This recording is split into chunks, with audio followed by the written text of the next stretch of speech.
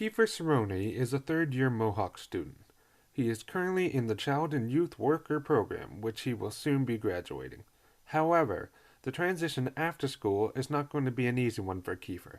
A system based on seniority and a limited job market restricts his chances as well as the opportunities of all other recent graduates hoping to step into the field. For him, he is hoping to find a job quickly after spending the past 3 years in school. Unfortunately, his expectation does not match the current state of the job market. What are your plans after school? I'm hoping to find a job in the field. I graduate next fall term. So after that, hopefully having some resources built up through the different internships I've done and the different co-op periods, and contacting someone from there, because I will have 3 of them by then, and then picking one that I liked, and hopefully something works out there where I can start getting some part-time hours. How are the current job prospects in your field? The current job prospects are good. There are lots of jobs available. The issue in our field is more so with the quality of jobs. There's been a lot of reform recently. We're trying to associate as a profession so that way we can have some more rights as workers, because it's not uncommon for workers to work 3 8-hour shifts in a 4-shift period.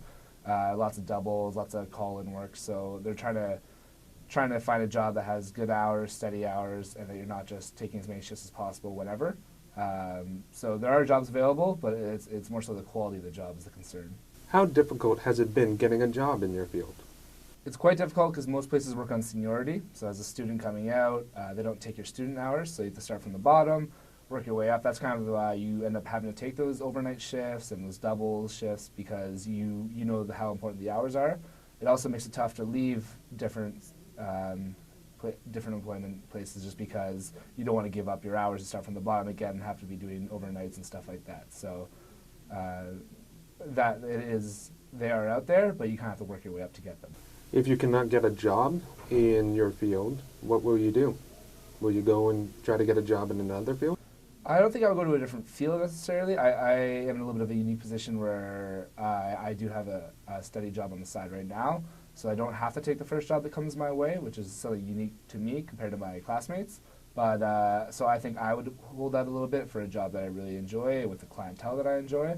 But I know most of my classmates have expressed that they're just going to take whatever job they can get first and just try to work their way up through that means. Because after 3 years of school, they're a little bit low on funds. How difficult is it dealing with the uncertainty that even after you spend thousands of dollars and multiple years in school, you aren't guaranteed a job once you graduate? Yeah, that is kind of the frustrating part about school, and kind of that most of the higher desired jobs do require you to go to school, but then there's no guarantee that you're necessarily going to get a job right after. Then there's always the chance that you might have to go to university or even another college program. So it is frustrating because you don't know exactly what you may be working. Our program does try to help that a little bit by having the 3 co-op terms. So we do have some experience in the field. We know what we like. We know what clients we work best with. And we do have some networking within the field. However, it's not guaranteed, right? So it is a little bit frustrating that it could be this huge investment of time and money, and that it could possibly have no reward at the end. What is your 5-year plan? My 5-year plan, after we're graduating in the next year, I do hope to take a little bit of time off, perhaps travel, kind of get a clearer sense of what I want to do in the field, and then hopefully come back and then be in a position where I can go after jobs that I truly want and kind of be able to wait out for the job that fits me best, rather than having to take the first job that comes my way. And then hopefully just working through there, developing my skill in the field, and then near the end of that 5 years, I do hope to kind of come back to the field of academics, maybe go to university, or somehow start educating the next batch of child and youth workers. Even though the current job prospects don't look promising, Keifer will have to keep optimistic and keep searching.